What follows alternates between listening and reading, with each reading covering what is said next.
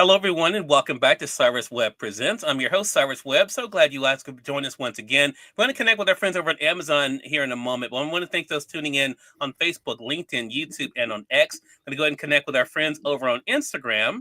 Glad you all could be with us today. Then we're going to connect with our friends over on the Amazon platform. Have a first timer that's joining us today. I'm excited about this book, and it is so timely for the world that we're living with today. And we are now live on the Amazon Live platform with Cyrus Webb Presents. If you guys are new to us on Amazon, welcome. Make sure you guys hit that follow button. You see it here in this corner or down below. You also will see the book by our next guest. We're excited to welcome Michael Benedict to our broadcast today. He's the author of this book, The Civil Society Playbook. You guys can see it there in print, as well as the Kindle edition as well. I want to talk to Michael not only about what inspired the book, what it's been for him to share it with others and see the response. And of course, we'll let you guys know how to get it for yourself. Michael, thank you so much for the time. Really appreciate it. Thank you so much for having me, Cyrus. It's great to be on your show. I appreciate it. And look, it's my pleasure to have you on. Michael, this book is so timely, which I'm sure you've been hearing that a lot. And it addresses so many things that I think a lot of people are thinking about as we kind of look at the restlessness that a lot of people are feeling, but also how invisible so many people are feeling right now. What has it been like for you, Michael, to see already the response to the book? It's been really encouraging. The subtitle of the book is A Common Sense Plan for a Return to Civility. And what that means is, Cyrus, I didn't want to assume that people knew what does civility mean? It's not a topic that we talk about a lot. And so how do you what does that look like in terms of my everyday life? How can I implement that? And so the whole back of the book focuses on different ideas people can do to be more civil with their families, their communities, and give more of themselves. But to answer your question, kind of with that preface, when people have read the book, a common feedback I hear is it spurred me to think of other things that I could do and how to be more civil. And so an example of that is a gentleman from Tampa, Florida. They have their grocery chain down there is Publix in Florida. And so he said, when I go into a Publix now, I make sure that when I'm ordering, like from the deli counter or the fish counter, I make sure to speak to the individual on the side by their first name, because that's very validating, right? If I just say, hi, how are you? Or I say, hi, Cyrus, how are you? It's a very different impact. So that's a lot of the anecdotal feedback I'm getting is it's just getting me to think about different ideas that I could use to be more civil. Michael, I'm so glad you said that because for myself, as a Southerner, I always prided myself.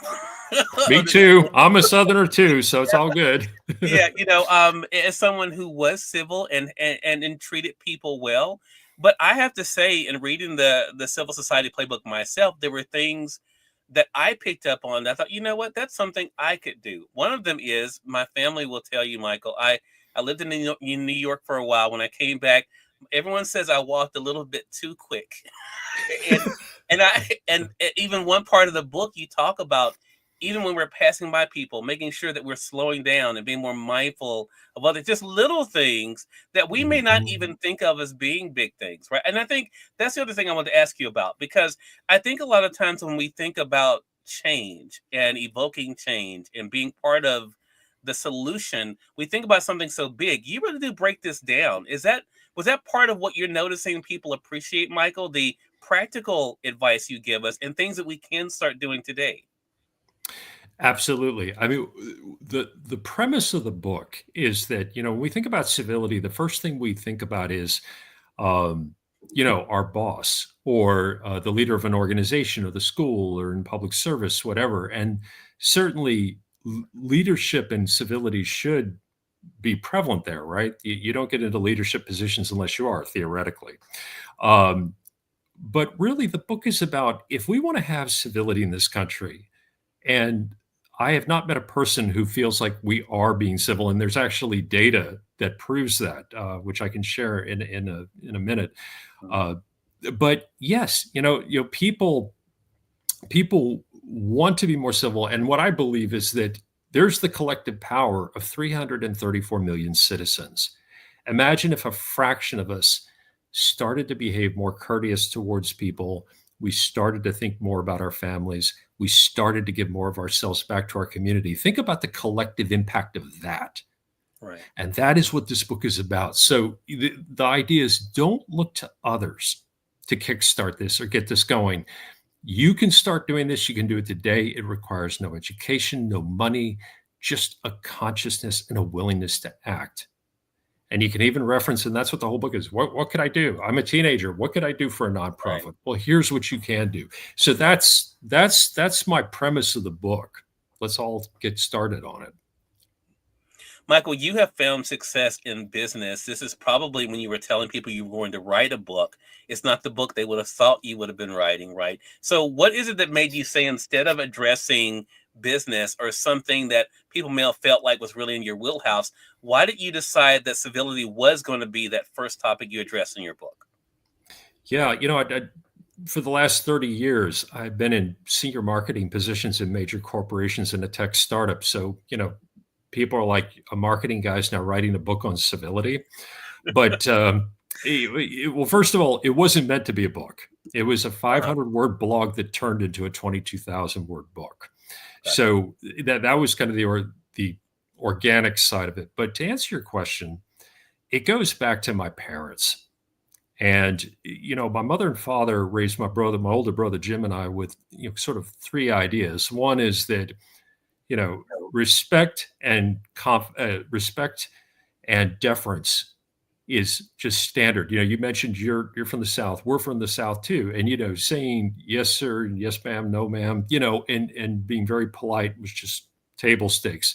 The Right. second thing is that everyone is your responsibility. And my parents lived that by, taking care of their parents, my grandparents, their relatives, neighbors. It was just sort of an expansive way of thinking, right? And then the final thing is, to whom much is given, much is expected. Yeah. And this is something that my mother really drove home. And when people think of much, they think rich, right? No. If you and I, Cyrus, are going out for coffee and we see a homeless person, and between the two of us, we have $5, we have a lot more than that person does. And Yeah. we can help that person. And so, but again, that's the idea. And so with those values, those have always been with me. And I hate to say this, but starting around, and I remember the year specifically, 1992, I felt a shift. You could just feel it, like something had changed about our society, and I can't say that it's gotten better since. So that's what kind of that background, and that's a lot to share, but it gives you a sense of the foundation that led to this book. So, okay, we have a problem with civility. I kept questioning, okay, so what do we do about it, right? What's the solution? And I think too, in the world we live in, I think about what you just mentioned, 1992. I mean, I was a sophomore in high school. And I Okay. bring that up because the world was so different then. I mean, there was no internet, there was none of this thing. And it made me think of something you write in the book. That's why I'm bringing it up, Michael. In the book, you talk about the R&D framework, and you start off the chapter by saying this: society's challenges can seem formidable. There is an amplification of negativity in the world on social media, where people endlessly share their Mhm. lives, personal interactions that can feel one sided, the zero sum game of materialism, in the general sense that societal order is breaking down. But then you say there are many ways to counter this, but one of the most powerful is through beautiful behavior. Talk to us about that. You talked about the shift that you felt in 1992. Talk to us about that beautiful behavior for you, Michael, and what you realized was in your power to do. Yeah, it's a great question. I think the RNG refers to the writing good framework, and it's essentially there's three codes of behavior, and from there we sort of draw down to the individual actions that people can take. Right. So the first is uh, respect your father, your mother, and others. That sounds obvious, right? But let's break that down a little bit. What does that mean in practice? It's not just good behavior, right, towards your parents, whether you're our age, Cyrus, or well, you're actually younger than me, but our age, or a teenager. Mhm. It comes down to things like, do you call your grandparents for something other than to ask for money? Yeah. when you do you ask them how can you help them? Same thing with your parents. Like say you're off for college, you're coming home for Christmas, holidays or whatever. What projects do they want to get done around the house? Do your grandparents need help with something? The idea is, you take the idea of respecting others to a very different degree, starting with the home. Then the Mhm. second component is give more of yourself. Right. And that, what people realize is you can give more of yourself in terms of your efforts. It's not just money, it's time. And what I tell people, I'm on a number of nonprofit boards, is that if you don't know, say you're 15 years old, you're like, well, how can I contribute? Right? I'm not I don't have a finance degree to help with that, or, can organize groups. Ask, right? A lot of times they need help with cleaning things up or moving stuff, and it's just the idea of you're focusing not just on your own self but on others, and it's not once a week, once a month. When you get into this, it should be in your framework throughout the day, right? Right. Somebody calls and says, oh, I need help with this, and you're in the middle of something, you're tired, you're grouchy, you haven't had lunch, maybe no coffee, and help them out. And then the final thing is, uh, oh dang it, I'm dropping on myself right now. Dang it, this is what happens, Iris, when you write your own book. Sorry, we joked about this happening. So Right. consider how your actions impact others, and Yeah. I'll give you an example that we can all relate to there. One of them is drivers, right? Apparently, I've seen some statistics where we're driving even worse than we did before the pandemic, which is kind of Mhm. scary. But when somebody cuts you off and goes barreling past you, we usually have a couple of choice words we think of, and we, I don't know, we get upset. But why is that person going past you? Are they just being a jerk? Or are they rushing to get to a job on time that they're going to lose if they don't show up on time? Or do they Yeah. have a sick child at the school? Or just have to go to the bathroom, right? Let's be pragmatic. Yeah. Um, and so the idea is in that moment, and the book is not a spiritual book, it's not a political book, Hmm. but I do say to people, pray for that person Yeah. because they might have a real issue on their hand and they're cutting you off, has nothing to do with you and nothing with intent, but just like, oh my gosh, I have an emergency and I need to get to this now. Right. So that's the idea behind all of these. And again, there's dozens of ideas underneath all of these, but that kind of gives you the gist of how to think about it. Civility begins in the home. Hmm. It's how you give more of yourself. And you think about how your actions impact others as well. Right. And I think I'm so glad you brought up that point about what the book is not, Michael. I want to go back to that. But first, I Mhm. want to say for those who are just tuning in, welcome. I see you guys over there on LinkedIn, on Instagram. Hello to you on YouTube. You all are watching Cyrus Represents. We're on Amazon Live, but we are simulcasting for Facebook, LinkedIn, YouTube, X, and on Instagram. Michael Benedict is our guest for this segment. We're talking with him about this book you guys see here, The Civil Society Playbook. If you guys are not joining us on Amazon, there is a link on Facebook, LinkedIn, and YouTube that we're bringing you guys over to Amazon to get the book. For those of you joining us on X, there's a link in the comment section. For IG, I'll be putting it in the stories.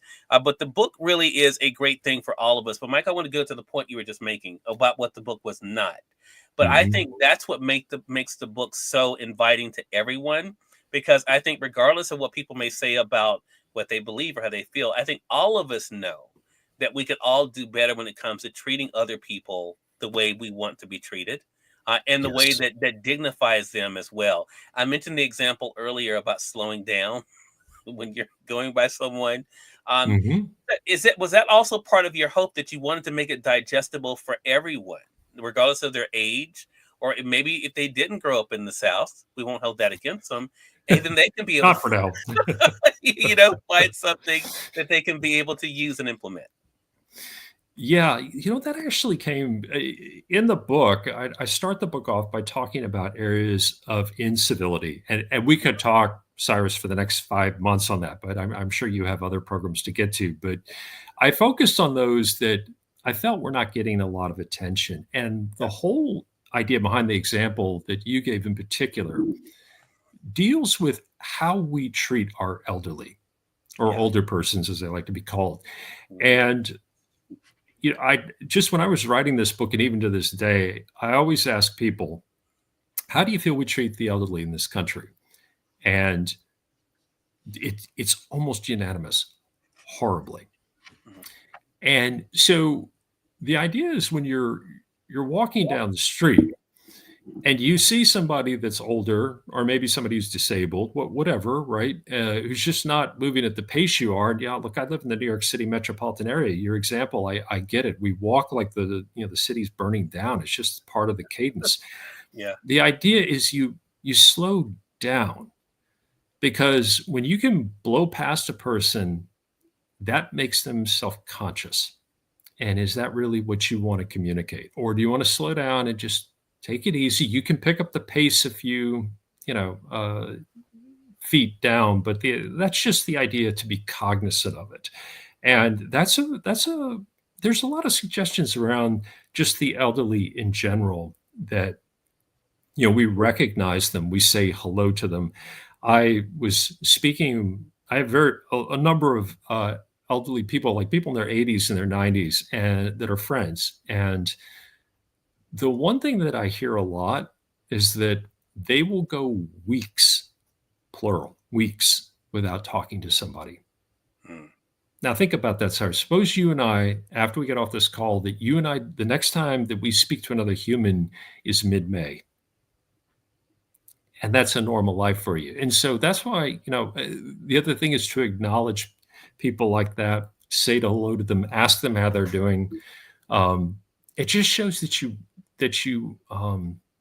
see them, Right. and you see that they're a human being, and you want to interact with them. Yeah. And that goes to more of the practical aspect of what you share in the book, Mike. I want to give a couple examples because it's in Mhm. the chapter "Change Starts with the Individual," and there were two that stood out to me because it's what I always tell people. Growing up, I grew up and live still when I'm here in Mississippi, outside of Okay. the city of Jackson, in a smaller suburb.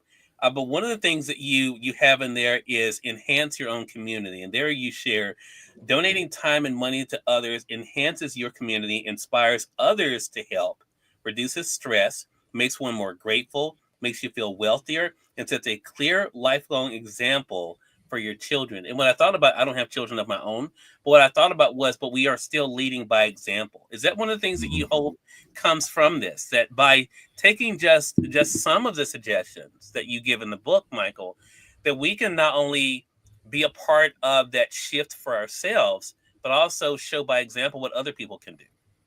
100%, and I'm glad you brought that up, because I can give you a recent example Sure. where I saw that in action. So I was flying out of the Trenton Airport here in New Jersey, and parked my car at one of the offsite parking things, and took the shuttle bus to the terminal. Pretty cut and dry, right? The As we got off at the bus, probably like six people in front of me, right towards the exit, and people just got off and got off. And finally, one woman turned to the bus driver and said, "Thank you." Mm, Every single person after that said, "Thank you." mm, And so, to your point about setting an example, that's how powerful that can be. Now, imagine again the bus driver. I hate it when people say, "Look, that's their job. That's what they're paid to do." Yes, but why can't you be gracious for that? You got yeah, to your terminal, you're going to make your flight. What if that didn't happen, right? So the idea is just, you can set an example, and we must set an example. The other thing is, I'm a big believer. I live in a very urbanized environment in the New York metro area. And one of the things growing up in the South that I'm just not used to is a lot of trash around the street. But in urban environments is kind of par for the course, right? Um, I pick it up all the time. And, I hope that other people see that, because I can complain about it. I can call the city. I can do this. And yeah, maybe those are legitimate approaches, but set an example. Like, if you don't see something you like, just jump to it, live in the solution, right? Not the problem. And so we all have to be very conscious about how we treat others, and the example we'll set. I read a story the other day a gentleman went into a Starbucks and ordered, in Starbucks, people have like 50 different things they request on a cup of coffee. And the barista forgot to put, I think, whipped cream or something like that in it. The guy literally started screaming at the barista. And the barista had to get down on the floor and basically just cry. And so, setting an example can be very positive. It can also have really devastating effects, right? Right. Whipped cream, really? In other words, so when you talk about example, I think we have to think about it both ways, right? Same thing with online interactions. The online world has allowed us to be really vitriolic towards complete strangers in other countries, potentially on Right. social media. But because, hey, they're in another country, they don't know me, they don't, there's no consequences for me. But there's consequences on the other side. So Right. yeah, that's what I believe about how we can do more to set a good example, to answer your question. Is this the book that when you started on this journey, Michael, is this the book that you hoped it would be? Yes. I was really lucky to work with a lot of very smart people that kind of helped me shape the book up, but Mhm. um, I really did want it to be about civility. I will tell you this, and I think I mentioned this in the book. I was inspired to do something like this in 1991 uh, when the late Stephen Covey, the author of The 7 Habits of Highly Effective People, when he wrote his book. I actually think he published it in '89. But the point is, I don't know if you've ever read that book, but No, I haven't. it's sold like 40 million copies. But what I was inspired by with Covey was his idea that he wanted to make interactions in business more effective. He wanted to make people more effective. And so he created a design for doing that again, anybody can implement. And I was very inspired by that. And this is very different from what he did, but that was kind of the inspiration for the book too, going back 30 plus years. Yeah. That kind of came full circle. Well, it's a great book and very timely, Michael, and I'm so glad we had a chance to discuss it. Again, everyone, Michael Benedict has been our guest. The book is a Civil Society Playbook. It's out here on Amazon. You guys can see it. If you guys joining us on the Amazon side, either in print, or you guys can be able to get the Kindle edition there as well. Michael, so glad that you could join us today. Let our audience know, how can they stay connected with you? Sure. So please go to my website. It's Michael B, the middle initial B is in boy, michaelbbenedict.com. And I have a number of articles out there, always adding to them about different topics of civility and different things I address. So please go out there and take a look. All right. Well, Michael, great Oh, what conversation. Yeah, can yeah, I go get ahead. one more thing in? Of course, Just sure. speaking, yeah, we all have ADD these days because of social media, but one of the things, the book is also available as an audiobook. And Mm. so it's only 2 hours and 18 minutes. So if you want, to kind of just combine your reading time down to, driving to work, it is available as an audiobook as well. Love it. Thank you, Michael. So glad you could stop by. Looking forward to our next chat together. Thank you so much, Cyrus. I really appreciate the time. It was great to Certainly. talk to you. It's my pleasure. And we thank your audience for tuning in to another great segment of Cyrus Webb Presents. Until next time, you all make it a great one. We'll talk to you soon. Take care. Thank you.